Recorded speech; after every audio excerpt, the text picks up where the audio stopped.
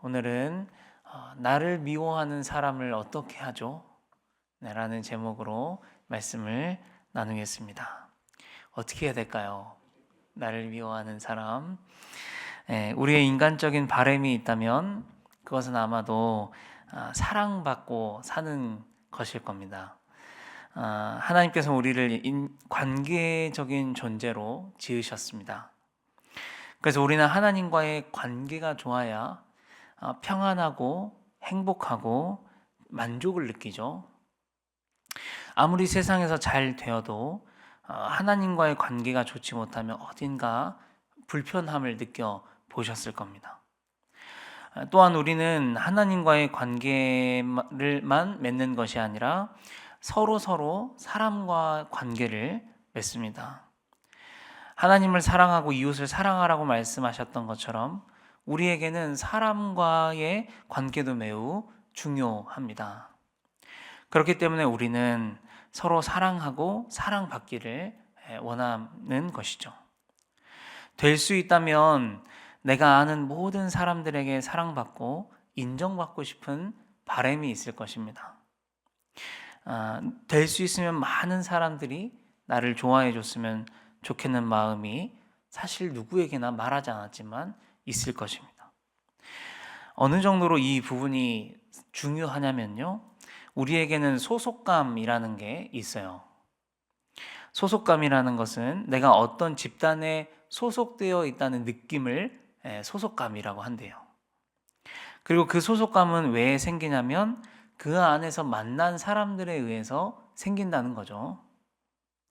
열린 베델 교회 안에서 만난 사람들이 나를 좋아하고 나를 원하고 나와 함께하고 싶어하고 그러면 그곳에 대한 소속감이 생기는 겁니다.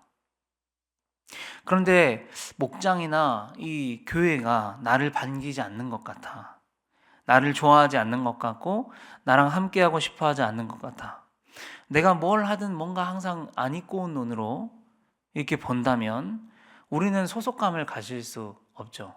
소속감을 잃어버리는 겁니다. 왜냐하면 난 여기에 필요 없는 사람이구나. 난 여기에 있으면 안 되는 사람이구나. 그런 생각이 들죠. 그렇게 느끼는 것이죠. 여러분 이것은 성도님들이든 목회자이든 상관없이 모두에게 동일하게 적용이 됩니다.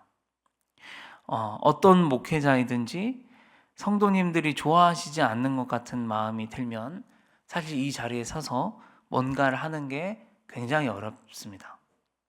여기에 오래 있을 수 없어요. 날 째려보고 좀 안 올라왔으면 좋겠다 저 사람. 그런 눈으로 보면 어떻게 여기 있겠습니까? 여기 못 있는 거예요. 여러분 이게 소속감이라는 것이고 그만큼 우리는 서로의 관계가 굉장히 중요한 것이죠. 여러분 다윗은 호감이시죠? 혹시 우리 성도님들 중에서 다윗을 싫어하시는 분이 계신가요? 없을 거예요. 네. 왜냐하면 다윗이 어떤 사람이었는지 우리는 이 말씀과 설교를 통해서 많이 들었잖아요. 그래서 다윗은 우리 모두에게 호감이거든요. 호감. 여러분 그런데 사실 다윗은 사람들 때문에 평생을 힘들었던 사람이라는 것을 아신가요? 평생을 사람들의 시기와 질투와 미움을 받고 광야로 산으로 들로 쫓겨다녔던 인생이 바로 다윗이었습니다. 잘 아시는 것처럼 사울 왕에게 미움과 시기와 질투를 받았었죠. 다윗이 모두가 무서워하는 골리앗을 쓰러뜨리는 바람에 무슨 소리가 백성들이 뭐라고 외쳤냐면 사울이 죽인 자는 천천히요 다윗이 죽인 자는 만만이라. 그래서 사람들이 다윗을 더 높게 사울보다 평가를 하는 바람에 그때부터 사울의 마음에 이 시험이 들었죠. 섭섭형이 들어서 그때부터 다윗을 향한 시기와 질투와 미움이 막 불일 듯 일어나가지고 어떻게 하면 다윗을 죽이려고 그렇게 했잖아요. 다윗은 절대 나는 반역할 마음이 없다 그렇게 호소를 해도 안 들어줘요. 덕분에 이제 광야로 들로 산으로 다윗이 쫓겨다녔죠. 여러분 또 그런가 하면은 왕이 되고서는 누구가 또 반란을 해요? 아들 압살롬이 어, 자기 충신 아히도벨을 비롯한 사람들하고 반역을 꾀해가지고 다윗을 배신하잖아요. 그것도 아주 큰 아픔이었을 것입니다. 그래서 또 광야로 가죠. 또 쫓겨요. 그런가 하면 또 압살롬에게 쫓겨가지고 그렇게 막 도망을 치고 있는데 벼랑간 갑자기 시므이라고 하는 사람이 또 나타나가지고 막 다윗을 저주하고 욕하거든요. 여러분 우리는 다윗이 참 사랑을 많이 받았을 것만 같은데요. 알고 보면 참 미움과 시기와 질투를 많이 받은 사람이 다윗이었다는 겁니다. 오늘 본문 시편 109편 우리가 보고 있는 이 말씀은요. 사실 이 중에 어떤 경우에 누구에게 쫓기고 핍박을 받다가 쓴 것인지는 우리가 알 수가 없습니다. 사실 중요한 것은 다윗이 누구에게 핍박을 미움을 받았느냐가 아니라 중요한 건 뭐냐면 다윗이 핍박과 미움을 어떻게 견디고 어떻게 대처하고 어떻게 이겨냈냐 하는 것이죠. 오늘 말씀은 오늘을 살아가면서 다윗처럼 핍박을 받는 사람들에게 미움을 받는 사람들에게 믿음의 사람이라면 어떻게 생각하고 어떻게 받아들여야 되고 어떻게 대처해야 하는지를 알려주는 좋은 교훈의 메시지라고 할 수 있겠습니다. 오늘 다윗의 모습들을 살펴보면서 우리 삶에도 적용하며 살아갈 수 있기를 소망합니다. 첫 번째로 나눌 것은 먼저 다윗이 어떤 형편에 처해 있는지를 말씀을 통해 살펴보기를 원합니다. 109편 2절 3절입니다. 함께 읽겠습니다. 시작. 속이는 혀로 내게 말하며 또 미워하는 말로 나를 두르고 까닭없이 나를 공격하였음이니이다. 여러분 여기 보면 악한 입, 거짓된 입, 속이는 혀, 미워하는 말 나오잖아요. 전부 다 말에 대한 이야기입니다. 여러분 말에는 권세가 있죠. 말 한마디로 천냥빚을 갚기도 하지만 말 한마디로 누군가를 죽음에 이르게 하기도 합니다. 잠언 18장 21절입니다. 시작. 죽고 사는 것이 혀의 권세에 달렸나니 혀를 쓰기를 좋아하는 자는 그 열매를 먹으리라. 이런 말이 얼마나 중요하냐는 거죠. 우리가 어떻게 말하느냐에 따라서 그 말의 열매를 우리가 받는다는 거예요. 이런 거죠. 자기야, 우리 이런 부분은 조금만 이렇게 해보면 좋지 않을까? 라고 말을 하면 좋잖아요. 그런데 이렇게 하는 거죠. 하여간 자기는 진짜 왜 그냐? 왜 그래? 그것 좀 이렇게 좀 하면 안 되냐? 이렇게 하면 이제 어떻게 되는 거죠? 그날 죽고 사는 게 그 말에 달린 거예요. 그렇죠? 네. 말을 어떻게 하냐에 따라서 내가 먹는 열매가 달라져요. 잠언 12장 18절에 이런 말씀이 있습니다. 시작. 칼로 찌름같이 함부로 말하는 자가 있거니와 지혜로운 자의 혀는 양약과 같으니라. 칼로 찌름같이 함부로 말하는 자가 있대요. 찔리시는가요? 네. 그러나 지혜로운 자의 말은 양약과 같다는 것이죠. 우리 성도님들의 말이 양약 같은 말이 되셨으면 좋겠습니다. 야고보서 3장 5절부터 6절은 또 이렇게 이야기를 합니다. 시작. 혀도 작은 지체로 돼 큰 것을 자랑하도다. 보라, 얼마나 작은 불이 얼마나 많은 나무를 태우는가. 혀는 곧 불이요 불의의 세계라. 여러분 처음부터 불이 크게 나는 경우는 뻥 폭발하지 않고서는 없잖아요. 어떤 작은 불씨 하나, 담배꽁초나 건조할 때 지푸라기가 서로 이렇게 마찰 일으키다가 불이 난다 그러잖아요. 여러분 그렇게 작은 불씨 하나가 수많은 나무들과 산을 태우는 것처럼 우리의 혀의 말이 그렇다라는 것입니다. 말싸움하다가 살인까지 가고 말싸움하다가 이혼까지 간다 그러잖아요. 말로 서로 상처를 줘요. 평생 잊을 수 없는 상처를 준다잖아요. 그래서 마지막 마태복음 12장 36, 37 절에는 이렇게 이야기합니다. 시작. 내가 너희에게 이르노니 사람이 무슨 무익한 말을 하든지 심판날에 이에 대하여 신문을 받으리니 내 말로 의롭다함을 받고 내 말로 정죄함을 받으리라. 그러므로 우리는 정말 말을 조심하고 지혜롭고 아름답게 해야 합니다. 우리 성도님들이 정말 양약과 같은 말을 하실 수 있기를 간절히 소망합니다.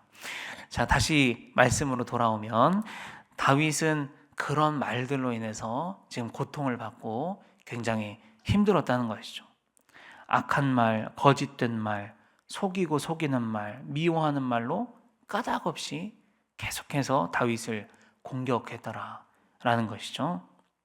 그리고 오늘 말씀 16절에도 보면 뭐라 그러냐면 도대체 이 사람들이 인자를 베풀 일을 생각하지 않더라 그러죠. 까닭없이 막 그렇게 말로 공격을 하면서 괴롭히면서 자비가 없이 인자를 베풀 생각 없이 계속 그렇게 무차별적으로 말로 공격을 하더라. 또 오늘 말씀 20절과 25절을 보면 악담하더라. 자신은 비방거리가 되었다. 사람들이 나를 보면 머리를 흔들더라. 그렇게 표현을 하고 있습니다. 자, 그러면 이제 그런 고통 중에 있는 다윗이 어떻게 했는가? 어떤 태도를 보였는가? 우리 성도님들이 이런 상황이라면 어떠시겠어요? 너 죽고 나 죽자. 이렇게 하시겠어요? 아니면 그 사람들의 마음을 돌려보려고 애쓰시겠는가요? 다윗은 어떻게 하냐면 핍박과 미움을 받던 중에 하나님께서 건져주시기를 바라는 태도를 보입니다. 오늘 말씀 21절의 말씀을 같이 읽겠습니다. 시작.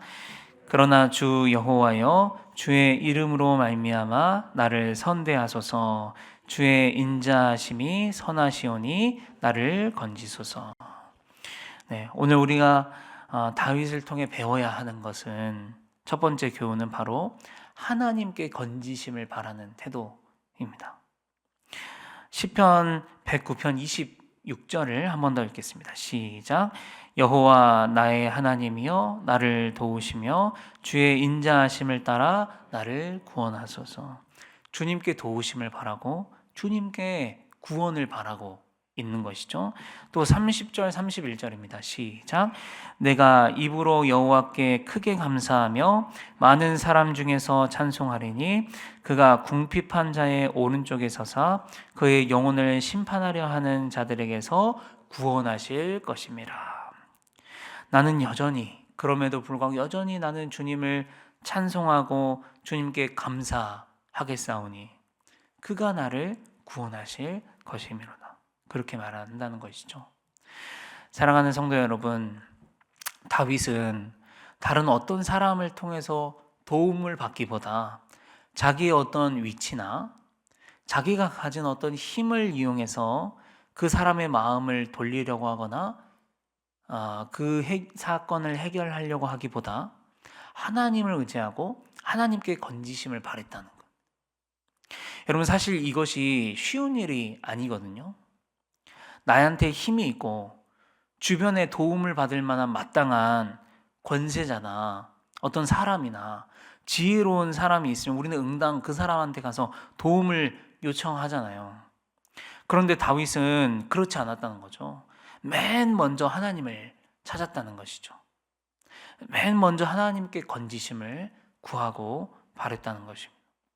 여러분, 솔직히 다윗은요, 사울 왕 때도 그렇고 압살롬과 신하들이 반역할 때도 그렇고 시므이가 조롱할 때도 그렇고요, 마음만 먹었으면 한번 붙어볼 수 있었을 거예요. 사울을 죽일 수 있는 기회가 다윗에게 많았거든요. 근데 다윗은 모든 상황 중에 그런 것들을 하지 않고 하나님께 건지심을 바랍니다. 여러분, 이렇게 할 수 있는 마음이 정말 귀한 마음인 거예요. 왜냐하면 이렇게 하는 자들이 정말 많지 않아요. 찾아볼 수 없는 것입니다. 그러므로 오늘 저와 우리 성도님들은 이런 마음을 가져볼 수 있기를 바랍니다. 무슨 일이 있어도 여호와께 먼저 건져주심을 바라는 그런 겸손한 마음을 품을 수 있기를 바랍니다. 자, 그런가 하면 또 뭘 짚고 싶냐면 다윗이 핍박자를 대하는 태도가 무엇이었는가 나누고 싶습니다. 그럼 다윗이 자기를 핍박하는 자들을 대하는 태도는 눈이라고 하죠. 눈에는 눈, 이에는 이가 아니었습니다. 네가 나한테 그렇게 했어? 그럼 나도 그렇게 할 거야. 그렇게 하지 않았다는 것이죠. 여러분, 만약에 다윗이 눈이로 그렇게 상대했으면 심의도 살아남지 못했을 거고 사울은 진작에 죽었을 거예요. 악담하고 험담하는 자들도 가만히 안 놔뒀을 겁니다. 압살롬의 반란도 아마 성공하지 못했을 거예요. 왜냐하면 다윗은 골리앗도 때려잡는 사람이었어요. 그리고 다윗 옆에 있는 용사들, 얼마나 용맹한 용사들이 많았는지 한 번쯤 들어보셨죠? 유명한 다윗의 세 용사 이야기가 있잖아요.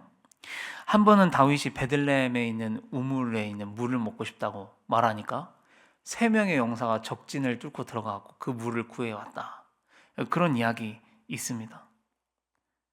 여러분, 그런 다윗이 작정하고 맞붙어 싸우려고 했으면 아마 사울은 진작에 죽었어요. 사울은 죽일 수 있었지만 다윗이 이렇게 옷자락만 슬쩍 배 갖고 나오는 거 기억나시죠? 아마 싸우려고 했으면 다윗을 이길 수 없었을 거예요. 그래서 분명히 성경의 이야기가 달라졌을 겁니다. 다윗은 그렇게 하지 않았다는 것이죠. 우리는 다윗을 통해서 싸우는 법을 배워야 합니다. 다윗은 어떤 법으로 싸우냐면 하나님을 의지하고 하나님께 맡겨버리는, 그렇게 싸우는 거예요. 19절 20절 한번 같이 읽겠습니다. 시작. 그에게는 입는 옷 같고 항상 뛰는 띠와 같게 하소서. 이는 나의 대적들이 곧 내 영혼을 대적하여 악담하는 자들이 여호와께 받는 보응이니이다. 적들의 처우를 하나님께 맡겨버리는 거죠. 또 29절도 그렇습니다. 시작. 나의 대적들이 욕을 옷 입듯 하게 하시며 자기 수치를 겉옷같이 입게 하소서. 자기가 스스로 보복하는 게 아니라 적들의 처우를 하나님께 맡기는 거예요. 누군가가 나를 미워하고 나를 핍박할 때 여러분, 다윗처럼 이렇게 싸우는 법을 이제는 우리가 익히고 이렇게 싸우기를 시도해 보셔야 합니다. 이제 마지막인데요. 핍박자의 그러면 결말이 어떨까요? 오늘 말씀에 이렇게 나왔어요. 17절, 18절입니다. 시작.